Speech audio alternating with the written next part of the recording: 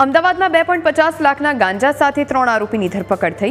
ઓરિસ્સાથી ગાંજો લઈને આવેલી ટોળકીને ક્રાઇમ બ્રાન્ચે ઝડપી। વડોદરાથી ઓલા બુક કરી અમદાવાદ આવેલા આરોપી સકંજામાં આવ્યા। મહિલા સહિત 3 આરોપીને પોલીસે જેલ હવાલે કર્યા। 2.50 લાખનો 22.550 કિલો ગાંજાનો જથ્થો જપ્ત કરાયો છે। કુલ 3 આરોપીઓ પાસેથી 22 કિલો 550 ગ્રામ વજનનો અને 2,25,000ની કિંમતનો ગાંજાનો ગેરકાયદેસર જથ્થો પકડવામાં આવેલો છે।